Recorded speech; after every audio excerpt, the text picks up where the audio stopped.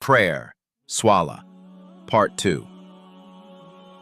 When one finishes saying the opening takbir, takbiratul ihram in prayer, they begin with a dua, supplication, that is said between the takbir and the recitation of Surat al-Fatiha. Hadith. Abu Huraira reported that the Prophet would remain silent between the opening takbir and the recitation of Surat al-Fatiha. So I asked him, "May my parents be sacrificed for you, O Messenger of Allah. What do you say during that pause between the takbir and the recitation of the Quran?" The Prophet replied, "Tati."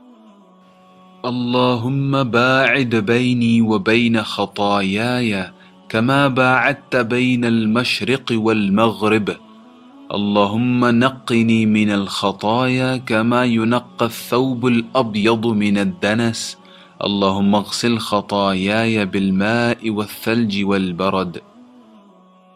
Meaning, O Allah, distance me from my sins as you have distanced the east from the west. O Allah, cleanse me of my sins as a white garment is cleansed of dirt. O Allah, wash away my sins with water, snow, and hail. Bukhari, Volume 1, number 711. There are other supplications that people recite after the opening takbir, but there are no authentic hadiths supporting them, and therefore they are doubtful. This is the only dua that has an authentic hadith. After completing this dua, the person then proceeds to recite Surat al-Fatiha. Some Muslims begin the recitation of Surat al-Fatiha by saying, "A'udhu billahi min ash-shaytan-ir-rajim.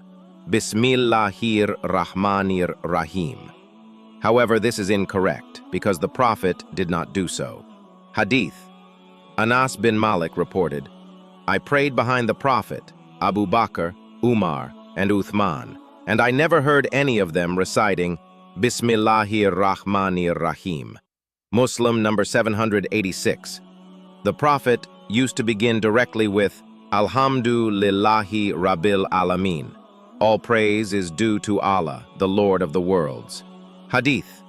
Anas bin Malik said, the Prophet, Abu Bakr, and Umar used to start the prayer with Alhamdulillahi Rabbil Alameen.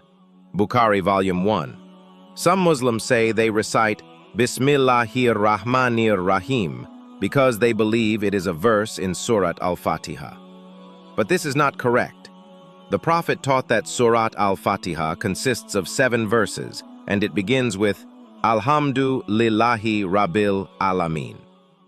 Hadith. Abu Sa'id al-Mu'alla reported, "I was once praying when the Prophet called me, but I did not respond. When I finished the prayer, I went to him and said, 'O Messenger of Allah, I was praying.' He replied, 'Did you not hear what Allah said?